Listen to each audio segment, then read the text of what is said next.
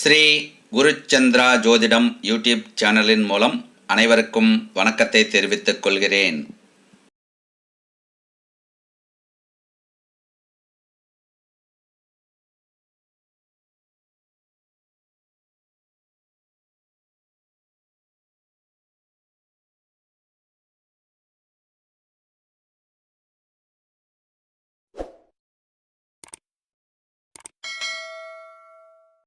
இந்த சேனலை சப்ஸ்கிரைப் செய்து பக்கத்தில் உள்ள பெல் சிம்பலை அழுத்தினால் வரும் ஆல் சிம்பலையும் அழுத்தி உடனுக்குடன் வரும் நம் பதிவுகளை நோட்டிஃபிகேஷனில் பெறுங்கள்.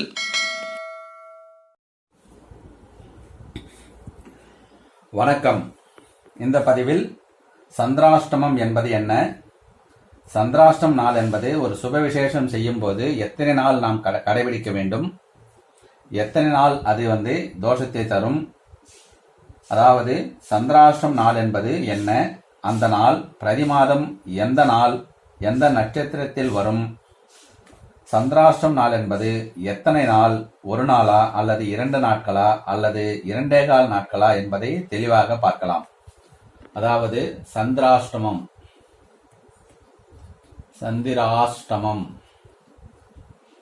சந்திராஷ்டமம் என்பது சந்திரன் கூட்டல் அஷ்டமம். அதாவது ஒருவர் பிறந்த ராசியிலிருந்து சந்திரன் 8வது ராசிக்கு பெயர்ச்சிக்கும் நாள் அந்த 2.25 நாட்கள் சந்திராஷ்டம தினம். அதாவது ஒருவர் பிறந்த ராசியிலிருந்து 8வது ராசிக்கு சந்திரன் பெயர்ச்சிக்கும் நாள் தான் சந்திராஷ்டமம். இது குரு பெயர்ச்சி, சனி பெயர்ச்சி, ராகு கேது பெயர்ச்சிகள் போல சந்திரன் ஒருவர் பிறந்த ராசிக்கு அஷ்டம ராசிக்கு பெயர்ச்சிக்கும் நாள் தான் சந்திராஷ்டமம். இந்த சந்திரன் கிரகமானது அஷ்டமஸ்தானத்தில் 2.25 நாட்கள் தங்கி தரும் தோஷம் அஷ்டம தோஷமே சந்திராஷ்டமம் என்பது. இந்த 2.25 நாட்களில் எந்த நாள் அதிக தோஷத்தை தரும் என்றால், ஒருவர் பிறந்த நட்சத்திரத்திலிருந்து 16வது நட்சத்திரத்தில் பெயர்ச்சிக்கும் அந்த ஒரு நாள் தான் பெரிய பாதிப்பு தரும். அந்த 16வது நட்சத்திரமானது சந்திராஷ்டம் நட்சத்திரம். இது ராசிக்கு 7ஆம் ராசியிலும், அதாவது ராசிக்கு 7ஆம் ராசியிலும் அல்லது 8ஆம் ராசியிலும் அந்த நட்சத்திரம், அதாவது அந்த சந்திராஷ்டமம் தரும் நட்சத்திரம் வரும். இப்படி 16ஆம் நட்சத்திரத்தில் பெயர்ச்சிக்கும் ஒரு நாள் தான் ஒரு சுப விசேஷத்திற்கு தாராபலனம் இருக்காது, சந்திராபலனம் இருக்காது. அதாவது இதை நாம் இன்னும் நட்சத்திரம் மூலம் பார்ப்போம். அதாவது ஒருவருக்கு ஒரு நட்சத்திரம் தான். அதுபோல ஒரு சுப விசேஷம் செய்யும் போது ஒருவருக்கு ஒரு நட்சத்திரம் என்பது போல ஒருவருக்கு ஒரு சந்திராஷ்டம தினம்தான் வரும். அதாவது ஒருவருக்கு 24 மணி நேரம், உதாரணமாக 24 மணி நேரத்திற்கு அந்த சந்திராஷ்டம தோஷம் தரும். உதாரணத்துக்கு ஒருவர் அஸ்வினி நட்சத்திரத்தில் பிறந்திருக்கார் என்று வைத்துக் கொள்வோம். அப்போ அஸ்வினியின் 16வது நட்சத்திரம், 16ஆம் நட்சத்திரம் விசாகம். இது வதம் தாரை. பாருங்க, அதாவது அஸ்வினியில் ஒருவர் பிறந்திருந்தால் அந்த நட்சத்திரத்திலிருந்து 16ஆம் நட்சத்திரம் விசாகம். அப்போ இவருக்கு சந்திராஷ்டம தோஷத்தை தரக்கூடிய இந்த அஸ்வினி நட்சத்திரத்தில் பிறந்த ஒருவருக்கு சந்திராஷ்டம தோஷத்தை தரக்கூடிய நட்சத்திரம் விசாகம். இது தாராபலனும் இருக்காது, அன்றைய தினம் தாராபலனும் இருக்காது, சந்திரனுடைய பலமும் சந்திராபலனும் இருக்காது. அதனால் இது வதம் தாரை. வதம் என்பது கொல்வது என்ற அர்த்தம். அப்போ இந்த விசாக நட்சத்திரமானது இந்த அஸ்வினி நட்சத்திரத்தை கொல்லும். அதாவது துன்பங்களை தரும், கஷ்டங்களை தரும், தோஷத்தை தரும், நிம்மதியின்மையை தரும். அதுதான். அடுத்து பரணி. பரணியின் 16ஆம் நட்சத்திரம் அனுஷம். இது வதம் தாரை. அடுத்து கிருத்திகை. கிருத்திகையின் 16ஆம் நட்சத்திரம் கேட்டை. இதனுடைய தாரை வதம் தாரை. அதனால்தான் நம்ம இந்த சந்திராஷ்டமம் அதிக தோஷத்தை தருவதாக இந்த நாட்கள் கருதப்படுகிறது, ஜோதிட சாஸ்திரத்தில் கூறப்படுகிறது. அடுத்து கிருத்திகை. கிருத்திகை அடுத்து ரோகிணி. ரோகிணியின் 16ஆம் நட்சத்திரம் மூலம். இதனுடைய தாரை வதம் தாரை. வதம் தாரை. அடுத்து மிருக சீரிஷம். மிருக சீரிஷம். இதனுடைய 16ஆம் நட்சத்திரம் பூராடம். இதனுடைய தாரை வதம் தாரை.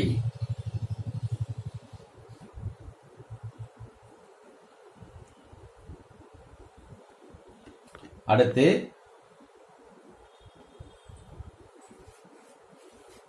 திருவாதிரை. திருவாதிரையின் 16ஆம் நட்சத்திரம் உத்திராடம். இதனுடைய தாரை வதம் தாரை.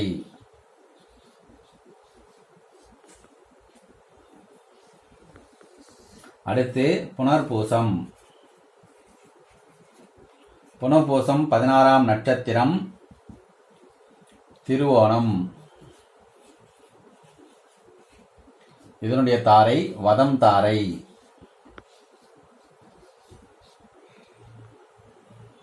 அடுத்து பூசம் நட்சத்திரத்தின் 16ஆம் நட்சத்திரம் அவிட்டம்.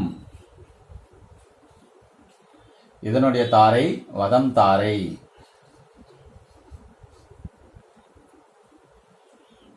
இப்போ அசுனி நட்சத்திரம் விசாகம் 7வது ராசியிலும் 8வது ராசியிலும் இருக்கும். பரணியின் 16ஆம் நட்சத்திரம் அனுசமானது இது மேஷராசி. இது மேஷராசி. மேஷராசியின் 16ஆம் நட்சத்திரம் அனுஷம். அனுஷம் இந்த ராசிக்கு 8ஆம் ராசியில் இருக்கும். கிருத்திகை. கிருத்திகையின் 16ஆம் நட்சத்திரமான கேட்டை இந்த மேஷராசி ரிஷபராசி இதுக்கு 7வது ராசியும் 8வது ராசியாகவும் அமையும். அதாவது 8, 7 அமையும். ரோகிணி. ரோகிணியின் 16ஆம் நட்சத்திரம் மூலம். ரோகிணி என்பது ரிஷபராசி. ரிஷபராசிக்கு தனுசு ராசி என்பது 8ஆம் ராசி. மிருக சீரிஷம் ரிஷபராசி மிதுன ராசி. இதற்கு பூராடம் என்பது 8ஆம் ராசி 7ஆம் ராசியாகவும் வரும். திருவாதிரை மிதுன ராசி. இதனுடைய 16ஆம் நட்சத்திரம் உத்திராடம் தனுசு மற்றும் மகரம். அப்போ 7 மற்றும் 8 வரும். புனர்பூசம். புனர்பூசம் மிதுனம் மற்றும் கடகத்தில் வரும். இது திருவோணம் மகரத்தில் அமையும். இதனுடைய ராசி 7 மற்றும் 8 வரும். பூசம் என்பது கடகம் கடகராசி. கடகராசி. அவிட்டம் என்பது மகரம் மற்றும் கும்பம். இதற்கு 7வது ராசியாகவும் 8வது ராசியாகவும் வரும். அடுத்து பூசம் ஆயில்யம்.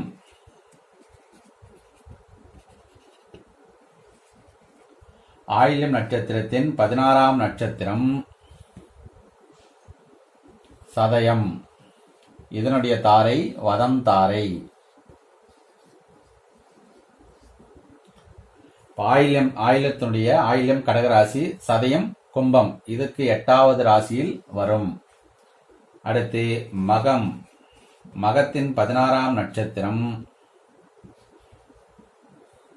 பூரட்டாதி. பூரட்டாதி. இதனுடைய தாரை வதம் தாரை. அதாவது இது 7ஆம் ராசியில் வரும் 8வது ராசியிலும் வரும். அடுத்து பூரம். பூரம் நட்சத்திரத்தின் 16ஆம் நட்சத்திரம் உத்திரட்டாதி. இதனுடைய தாரை உத்திரட்டாதி. இதனுடைய தாரை வதம் தாரை.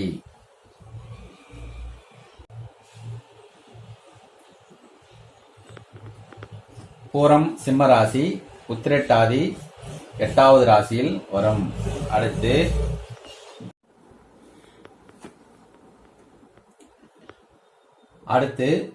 உத்திரம். உத்திரம் நட்சத்திரத்தின் 16ஆம் நட்சத்திரம் ரேவதி. இதனுடைய தாரை வதம் தாரை. உத்திரம் சிம்மராசி மற்றும் உத்திரம் சிம்மராசி மற்றும் கன்னிராசி. இதனுடைய ராசி 8 மற்றும் 7வது ராசியில் அமையும். அடுத்து அஸ்தம். அஸ்தம் நட்சத்திரத்தின் 16ஆம் நட்சத்திரம் அசுவினி.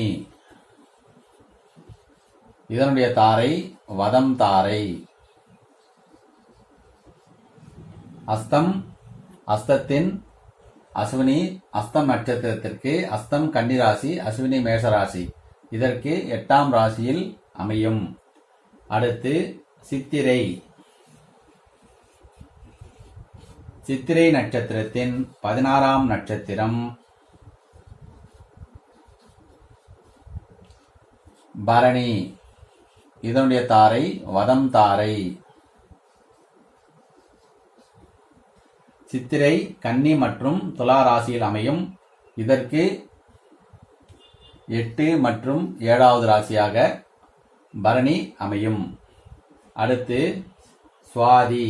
சுவாதி நட்சத்திரத்தின் 16ஆம் நட்சத்திரம் கிருத்திகை. இதனுடைய தாரை வதம் தாரை. இதற்கு சுவாதிக்கு கிருத்திகை மேஷத்திலும் மற்றும் ரிஷபத்திலும் அமையும். இதற்கு 7 மட்டு மற்றும் 8வது ராசியில் அமையும். அடுத்து விசாகம். விசாகம் நட்சத்திரத்தின் 16ஆம் நட்சத்திரம் ரோகிணி.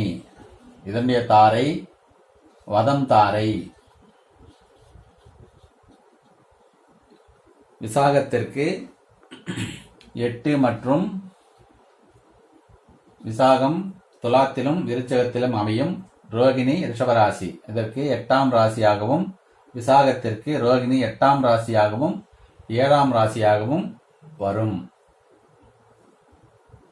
அனுஷம். அடுத்து அனுஷம் நட்சத்திரத்தின் 16ஆம் நட்சத்திரம் மிருகசீரிஷம். இதனுடைய தாரை வதம் தாரை.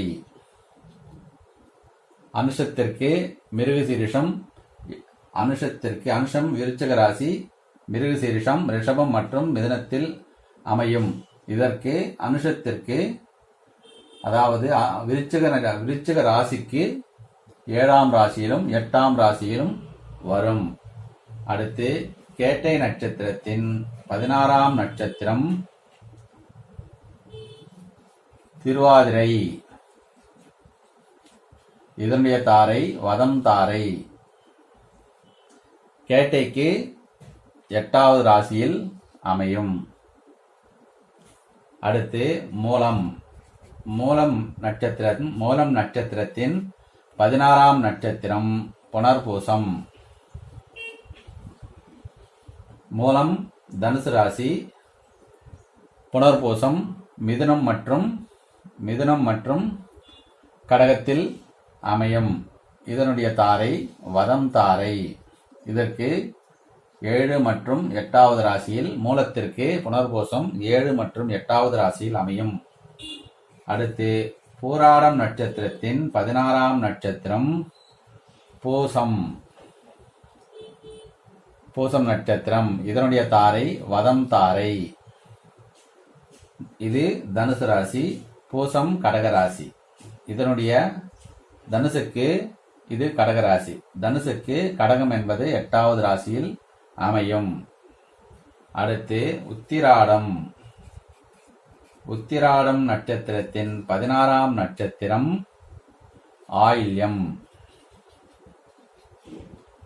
இதனுடைய தாரை வதம் தாரை.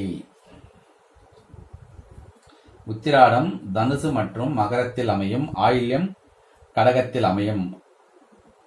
அப்படியானால் உத்திராடம் தனுசு ராசிக்கு 8 மற்றும் 7வது ராசியாக அமையும். அடுத்து திருவோணம் நட்சத்திரம். திருவோணம் நட்சத்திரத்தின் 16ஆம் நட்சத்திரம் மகம். இதனுடைய தாரை வதம் தாரை. திருவோணம் மகர ராசி, மகம் சிம்ம ராசி. மகர ராசிக்கும் சிம்ம ராசி 8வது ராசியில் அமையும்.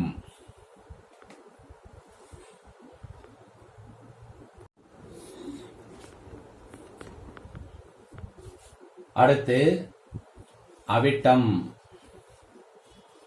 அவிட்டம் நட்சத்திரத்தின் 16ஆம் நட்சத்திரம்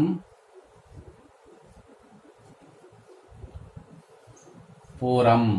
இதனுடைய தாரை வதம் தாரை.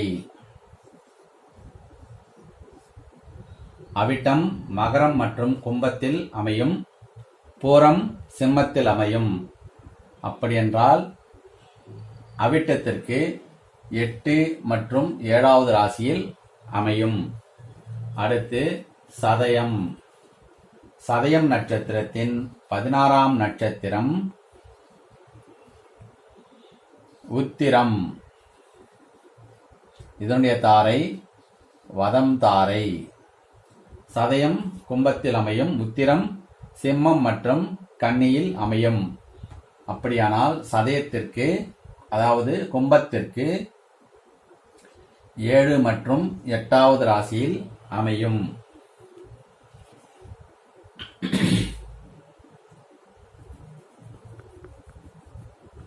அடுத்து பூரட்டாதி. பூரட்டாதி நட்சத்திரத்தின் 16ஆம் நட்சத்திரம் அஸ்தம். இதனுடைய தாரை வதம் தாரை. பூரட்டாதி என்பது கும்பம் மற்றும் மீனத்தில் அமையும், அஸ்தம் என்பது கன்னி ராசியில் அமையும். இதற்கு 8 மற்றும் 7வது ராசிகளில் அமையும். அடுத்து உத்திரட்டாதி. உத்திரட்டாதி நட்சத்திரத்தின் 16ஆம் நட்சத்திரம் சித்திரை. இதனுடைய தாரை வதம் தாரை. உத்திரட்டாதி என்பது மீன ராசியில் அமையும், சித்திரை கன்னி மற்றும் துலா ராசியில் அமையும். அப்படியென்றால் உத்திரட்டாதிக்கு 7 மற்றும் 8ஆம் ராசியில் அமையும். அடுத்து ரேவதி. ரேவதி நட்சத்திரத்தின் 16ஆம் நட்சத்திரம் சுவாதி. இதனுடைய தாரை வதம் தாரை. ரேவதி என்பது மீனராசி, சுவாதி என்பது துலாம் ராசி. அப்போ மீனராசிக்கு சுவாதியானது 8ஆம் ராசியில் அமையும். அதாவது ஒரு சுப விசேஷம் செய்யும் போது நாம் இதுபோன்று இந்த குறிப்பிட்ட நட்சத்திரத்திற்கு இந்த குறிப்பிட்ட நட்சத்திரம்தான் அதிகப்படியான சந்திராஷ்டம தோஷத்தை தரும் என்பதால் இந்த ஒரு நாளில் மட்டும் நாம் சுப விசேஷத்தை தவிர்ப்பது உத்தமம். சுபம்.